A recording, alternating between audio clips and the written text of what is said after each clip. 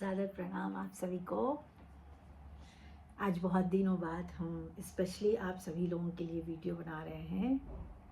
मन कर रहा है कुछ अच्छी बातें हम तक पहुंची हैं तो हम चाह रहे थे आप लोगों तक पहुंचाएं। हम उनको सुनते हैं श्री राजेश्वरानंद महाराज जी को। जब भी हम काम किचन में खास करके हम जब भी खाना पीना जो भी हम प्रसाद बनाते हैं तो उनको ही सुनते हैं। उनके पहले हम राम सुखदास जी को सुनते थे, लंदन गए वहाँ भी सुनते थे। तो राम सुखदास जी का करीब करीब मतलब कभी बुरा तो नहीं होगा, लेकिन हाँ उनकी बातों को हमने शिरोधार्य किया है। अब हम इनका ये राम कथा करते हैं और राम कथा के बीच बीच में इतना सुमधुर भजन गाते हैं। ये खुद मतलब ये है नहीं, अब ये चले गए हैं भगवान जी के पास। तो लेकिन इनकी आवाज़ में पता नहीं क्या है, इतनी माधुर्यता है, इतना बढ़िया भजन गाते हैं कि अब तक के जितने हमने लोगों को सुना है हमको बेस्ट राम कथा वाचक ये लगे।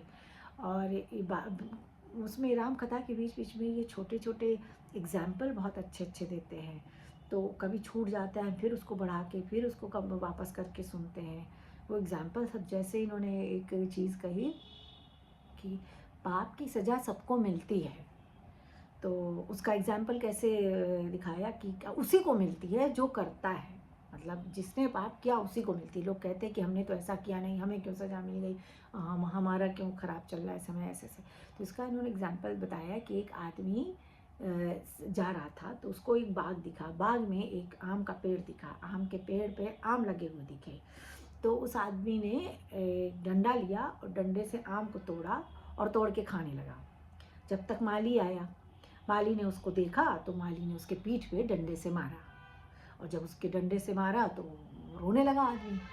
तो फिर लोगों ने पूछा कि ऐसा क्यों हुआ, भाई देखो तो क्या क्या हुआ, सज़ा किसको मिली, रोया कौन, आँख। सबसे पहली गलती किसने की थी, गलती की थी आँख ने। आँख ने उसको आम को देखा था, ठीक है, आँख ने आम को देखा, पैर लेके गया वहाँ तक, पैर लेकर गया और तोड़ा किसने, हाथ ने तोड़ा। तोड़ने के बाद खाया किसने, जीभ ने। जीभ ने तो चखा लेकिन रखा कौन, रखा पेट ने। पेट ने रखा, जीभ ने नहीं रखा। फिर उसके बाद जब माली आता है वो पीठ पे मारता है, उसकी पीठ बेचारी रोने लगी। पीठ को क्यों मारा, गलती तो मतलब आदमी ने खाया था, तोड़ा था उसको, तो पीठ कहती है, पीठ को पीठ से कराह निकली। लेकिन पीठ से जब कराह निकली तो आंसू कहाँ से निकला, आंसू वापस आँख से ही निकला। तो जो सबसे पहली गलती जिसने की थी, सज़ा उसी तक पहुँची, प्रोसेस में आते आते वहीं तक पहुँची। तो इनके एग्जाम्पल्स इतने अच्छे लगते हैं, मतलब इनको हम सुनते हैं इतना मन तृप्त हो जाता है। आज बहुत काम था, काम तो खैर रोज़ रहता है। हमारा खाना वाना बन गया, आज हमने कढ़ी चावल बनाए हैं और भुना आलू बनाया। हमारी काम वाली गई हैं शादी में, 22 तारीख तक आएंगी। तो बर्तन भी करना पड़ गया, झाड़ू भी किया, पोछा नहीं किया। तो ये है, काम हम बहुत करते थे पहले, हमने बहुत बाद में किसी को लगाया। हम झाड़ू पोछा बर्तन, हमारे पास 2-2 डॉगीज थे, टाइलर, 5 पैरेट्स थे, उनका करना, सारे प्लांट्स का करना, नीचे वॉक करना, नीचे के डॉग्स को भी खिलाना, बहुत करते थे। थोड़ा सा पैर से लाचार हो गए हैं तो बड़ा संभल के करते हैं क्योंकि अपने पैर को सुरक्षित रखना है।